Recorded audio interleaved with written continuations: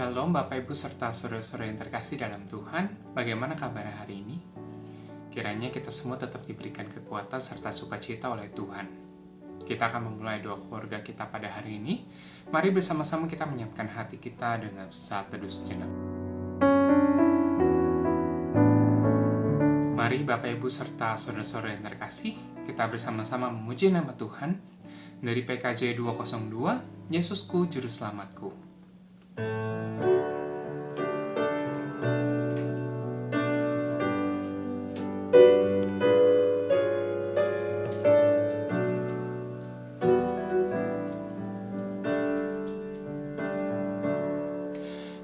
Yesusku Juru Selamatku, Tuhanku mukhalisku,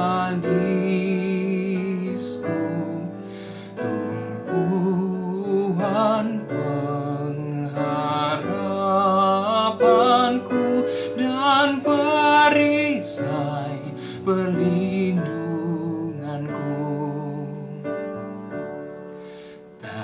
Tatkala hidupku senu dan hati gundah pilu, Tuhanku Yesus ku seru dan jiwaku tenang dan teduh. Setiap langkahku tempuh, ku toleh Tuhanku.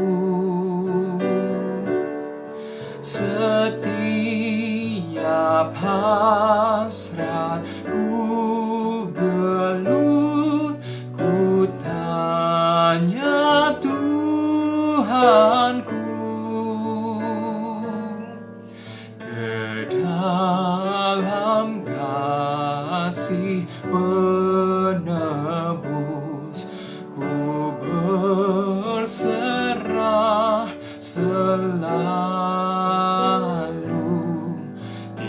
Tiada lagi takutku walau hidup penuh seteru. Yesusku Juru Selamatku, Tuhanku mukhalisku, tumpuan pengharapanku dan perisai perlindunganku. Tatkala hidupku senu dan hati gundah pilu, Tuhanku Yesus ku seru dan jiwaku tenang dan teduh. Setiap langkahku tempuh, ku toleh Tuhanku. Setiap hasratku gelut, ku tanya Tuhanku. Dalam kasih penebus, ku berserah selalu. Tiada lagi takutku walau hidup penuh seteru.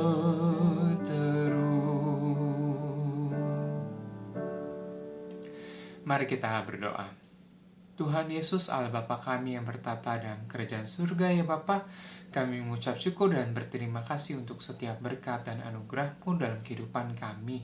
Jika saat ini kami mendengarkan firman-Mu, Tuhan yang boleh memimpin dan menyertai kami, agar kami dapat mengerti firman yang Engkau ajarkan kepada kami pada hari ini. Hanya di dalam nama Tuhan Yesus Kristus kami sudah berdoa dan mengucap syukur. Amin. Bapak, Ibu, dan saudara yang dikasihi Tuhan, firman Tuhan yang akan kita baca dan renungkan pada hari ini terambil dari kitab Mazmur pasal 92. Kitab Mazmur pasal 92 ayat yang ke-14, ayat yang ke-13 sampai yang ke-16. Mazmur 92 ayat ke-13 sampai yang ke-16 yang berbunyi demikian. Orang benar akan bertunas seperti pohon korma, akan tumbuh subur seperti pohon aras di Libanon. Mereka yang ditanam di bait Tuhan akan bertunas di pelataran Allah kita. Pada masa tua pun mereka masih berbuah, menjadi gemuk dan segar, untuk memberitakan bahwa Tuhan itu benar, bahwa Ia gunung batuku, dan tidak ada kecurangan padanya. Renungan ini di bawah tema bertumbuhkah aku? Satu pertanyaan yang seharusnya bisa kita jawab di dalam kehidupan kita. Kenapa demikian? Karena memang kita dipanggil sebagai orang percaya, kita harus terus bertumbuh dan menghasilkan buah. Yohanes 15 ayat 16 Tuhan berfirman bahwa Dialah yang memilih kita, dan kita diminta untuk terus menghasilkan buah, dan buah itu tetap. Jadi kita tidak asing sebenarnya dengan istilah pertumbuhan. Jadi apakah benar Bapak Ibu dan Saudara, kita ini adalah orang-orang yang sudah bertumbuh sampai saat ini? Inilah pertanyaan yang selalu menjadi pertanyaan buat kita. Nah, sekarang bagaimana agar kita bisa terus bertumbuh? Bagaimana kalau kita bisa tahu bahwa kita bertumbuh apa tidak? Mazmur 92 ayat 14 berkata begini. Mereka yang ditanam di bait Tuhan akan bertunas di pelataran Allah kita. Mereka yang ditanam di bait Tuhan, itu mengandung beberapa pengertian. Paling tidak ada 3 pengertian yang penting. Yang pertama adalah mereka yang ditanam di bait Tuhan memberikan pengertian ada yang menanam. Siapa yang menanam Bapak Ibu? Dialah Tuhan sendiri. Jadi mereka yang ditanam di bait Tuhan, mereka lah yang akan terus bertumbuh. Mereka akan bertunas di pelataran Allah kita. Pertanyaannya, apakah kita adalah orang yang ditanam oleh Allah sendiri di bait Allah? Itu yang pertama. Yang pengertian yang kedua adalah mereka yang ditanam di bait Allah itu mengisyaratkan ada perpindahan. Tadinya ada di luar, kemudian dipindahkan di bait Allah, diletakkan di bait Allah. Nah, mereka jugalah orang-orang yang bisa bertumbuh. Mereka akan bertunas di pelataran Allah kita. 1 Petrus 2 ayat 9-10 berkata, kamulah bangsa yang terpilih, yang sudah berpindah dari kegelapan kepada terangnya yang ajaib. Kamu dahulu bukan umat Allah, sekarang dijadikan umat Allah. Kamu yang dahulu tidak dikasihani, sekarang dikasihani. Ini satu keyakinan buat kita, bahwa sebenarnya Allah lah yang bekerja memindahkan dari kegelapan kepada terangnya yang ajaib. Jadi kita bisa mengkoreksi diri kita, apakah kita ada yang termasuk di dalam bagian ini. Kalau iya, maka kita akan terus bertumbuh di pelataran Allah kita. Yang ketiga, pengertiannya adalah mereka yang ditanam di bait Allah itu mengandung pengertian ada juga orang yang tidak ditanam di bait Allah, tapi ada di bait Allah. Mungkin dia aktif, ya ikut kegiatan, hadir misalnya di acara-acara yang dilakukan oleh gereja dan lain sebagainya, tapi sebenarnya mereka tidak ditanam di bait Allah. Biasanya mereka akan jadi pengacau. Jadi Bapak Ibu, kita bisa mengoreksi diri kita. Kalau ditanya bertumbuhkah aku, maka kita mesti mengerti dulu bahwa apakah kita masuk dalam mereka yang ditanam di bait Allah. Kalau iya, maka kita memang bisa bertumbuh terus, bertunas terus ya. Seperti apa? Seperti pohon korma. Tadi dikatakan Mazmur 92 ayat yang ke-13, orang benar akan bertunas seperti pohon korma. Pohon korma itu akarnya sampai ke dalam sekali ya, sampai menyentuh air di padang gurun. Dan itu membuat mereka bisa bertahan sekalipun mereka menghadapi udara padang gurun yang begitu kering dan panas, mereka bisa tetap bertahan. Demikian juga mereka seperti pohon aras di Lebanon yang tingginya bisa puluhan meter, 40-50 meter. Dan hidupnya bisa ratusan tahun. Tapi mereka tetap bisa bertahan sekalipun ada dingin yang sampai minus 27 derajat Celcius. Atau angin yang begitu dahsyat, mereka bisa bertahan. Kenapa? Karena mereka ditanam di bait Allah. Nah, Bapak Ibu dan Saudara yang dikasihi Tuhan, kita orang-orang yang sudah ditanam di bait Tuhan, maka kita seharusnya bisa bertumbuh. Ada sebuah buku yang berjudul The Fisherman and His Friend, Nelayan dan Temannya. Buku ini muncul pertama kali tahun 1896 di Amerika. Ditulis oleh seorang penulis yang namanya Louis Albert Banks di Oregon, USA. Nah, dia sedang bercerita tentang seorang pemuda yang tinggal di dekat Danau Superior. Dia sedang menghabiskan musim panas. Dan ketika dia sedang berlibur itu, dia lihat ada sebuah pohon yang sedang tumbang. Pohon itu begitu besarnya, dan setelah dia teliti, karena dia seorang yang juga suka dengan pertanian, maka dia tahu, oh ini pohon cemara Norway. Pohon yang besar itu tumbang. Dan yang mengagumkan menurut dia, perkiraan dia, tanaman ini, pohon ini berusia kurang lebih 250 tahun. Dan yang mengagumkan bagi dia adalah ketika dia congkel bagian dari dari pohon itu, dia dapati bahwa sebenarnya sampai tumbangnya pohon cemara Norway ini, dia terus dalam masa pertumbuhan. Bapak Ibu dan Saudara, kita usianya makin hari makin bertambah. Dan mungkin kekuatan fisik kita makin lama makin berkurang. Tetapi sebenarnya kita harus bertumbuh di dalam pengenalan kita kepada Tuhan. Kita harus bertumbuh dalam kasih kita kepada Tuhan. Sebab itulah yang akan membuat kita bisa bertumbuh. Jadi orang boleh saja ya, mungkin dia fisiknya sudah tidak bisa kuat lagi, jalan juga sudah susah ya, tapi dia harusnya bisa menyaksikan Tuhan. Di dalam bagian firman Tuhan dikatakan, pada masa tua pun mereka masih berbuah, menjadi gemuk dan segar. Jadi sampai masa tua dia terus bisa bertumbuh, terus pengenalannya kepada Tuhan. Kemudian Louis Albert Banks berkata, kelahiran baru hanyalah sebuah peristiwa yang sesaat saja. Namun pertumbuhan orang-orang percaya berlangsung sepanjang hidup. Ya.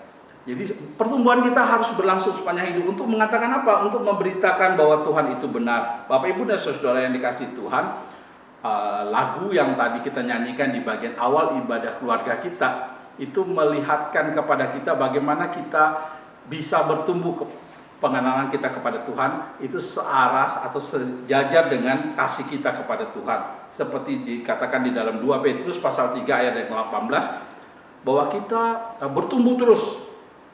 Kita harus bertumbuh terus dalam kasih kita dan pengenalan kepada Tuhan. Bagaimana caranya? Ketika hubungan kita dengan Tuhan bertumbuh melalui pembacaan Alkitab setiap hari, melalui doa, melalui ibadah, melalui kesaksian hidup kita, maka sebenarnya kita sedang bertumbuh dalam pengenalan kita. Nah, kalau kita makin mengenal Tuhan, maka kita akan makin mengasihi Tuhan. Dan demikian juga sebaliknya, semakin besar kasih kita kepada Tuhan, maka semakin kita mengenal Tuhan. Dan ini berjalan sejajar, Bapak Ibu. Jadi inilah yang seharusnya bisa dilakukan oleh orang-orang yang sudah ditanam di bait Allah. Dia harus bertumbuh terus sampai pada masa tua pun. Seperti pohon cemara Norway tadi, sampai masa tumbangnya, dia tetap bertumbuh untuk memberitakan bahwa Tuhan itu benar. Tidak ada kecurangan di dalamnya. Dia adalah gunung batu kita yang tidak berubah. Terus, Bapak Ibu dan Saudara, apa bedanya orang muda dengan orang yang sudah tua di dalam Tuhan? Bedanya adalah orang muda mungkin saja mereka punya pengetahuan yang sangat dahsyat, ya, baik pengetahuan secara umum maupun juga pengetahuan Alkitab. Tetapi orang-orang yang sudah berjalan bersama Tuhan bertahun-tahun, berpuluh-puluh tahun, mereka punya pengenalan yang sangat luar biasa kepada Tuhan, dan itu tidak bisa didapat di dalam bangku sekolah. Jadi pengalaman hidupnya bersama Tuhan, bagaimana Tuhan menolong dia. Seperti lagu yang akan kita nyanyikan nanti, NKB 48, hanya dialah yang tahu. Itu yang akan mengatakan kepada kita Bahwa kita tahu bahwa tangan Tuhan yang atur semuanya. Tangan Tuhan selalu ada bersama-sama dengan kita. Ini yang akan membuat kita tetap bisa bersaksi. Ya, sekalipun mungkin tenaga kita sudah berkurang. Bapak, Ibu, dan saudara, firman Tuhan hari ini mengingatkan kepada kita bahwa sebenarnya kita bisa terus bertumbuh dan harus terus bertumbuh. Jadi tetaplah bertumbuh dan semoga Tuhan dimuliakan dengan apa yang boleh kita lakukan dalam kehidupan kita. Tuhan Yesus memberkati kita.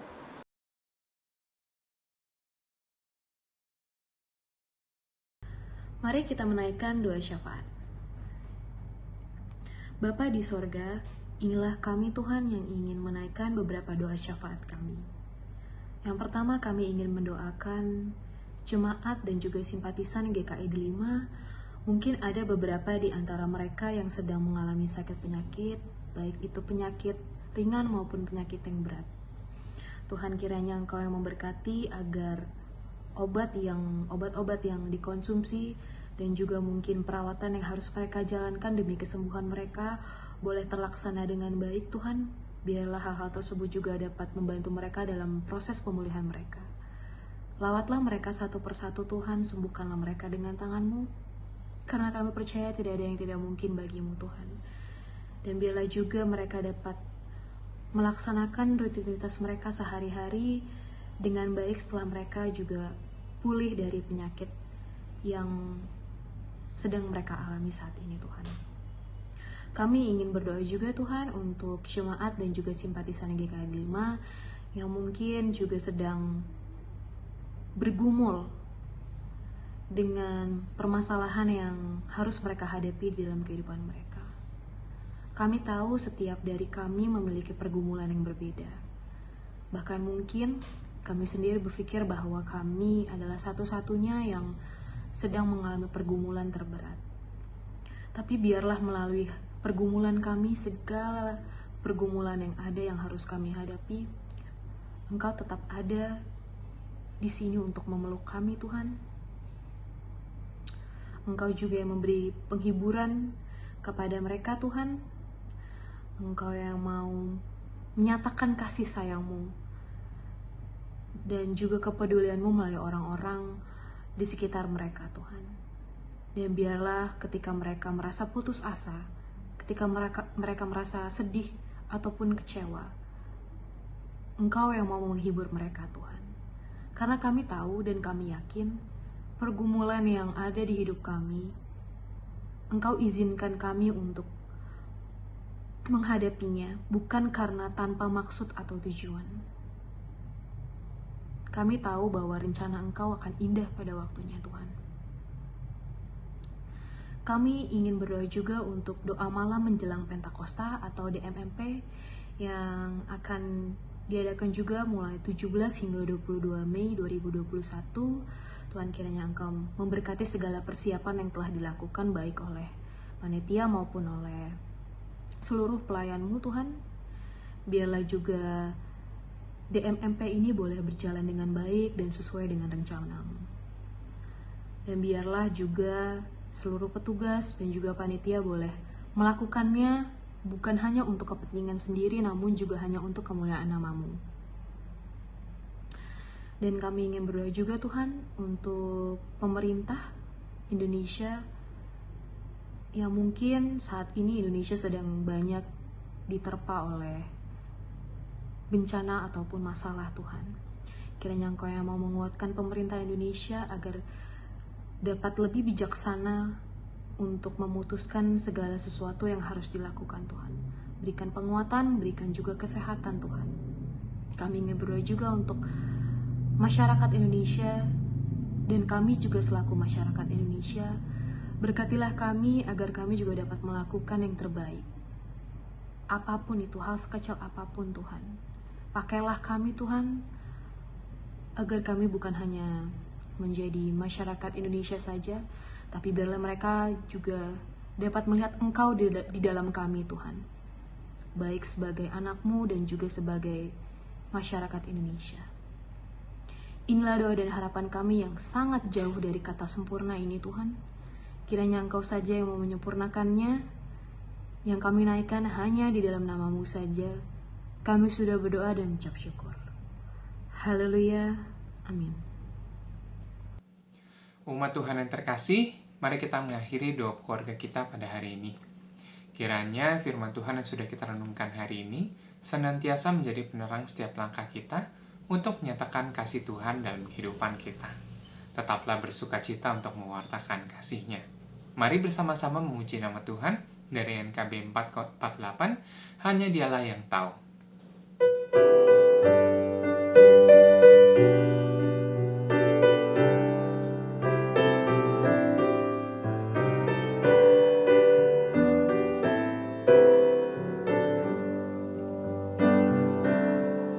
Bila nampak olehku berjuta bintang di angkasa, ku tak faham yang dilukiskannya.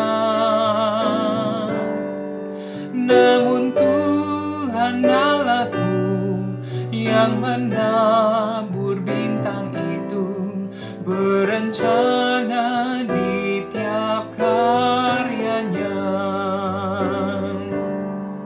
Hanya Dialah yang tahu kan segala rahasia. Tiada ku takutkan kuasa gelap, masa yang datang tak jelas, tapi ini terang bagiku. Tangan Tuhan yang atur segenap. Dalam dunia yang kejam, ku bertelut serta bertanya, oh mengapakah salibku berat? Sabda Tuhan padaku, oleh karena kau setiawan, dikuatkannya ku tak pernah. Hanya Dialah yang tahu kan segala rahasia.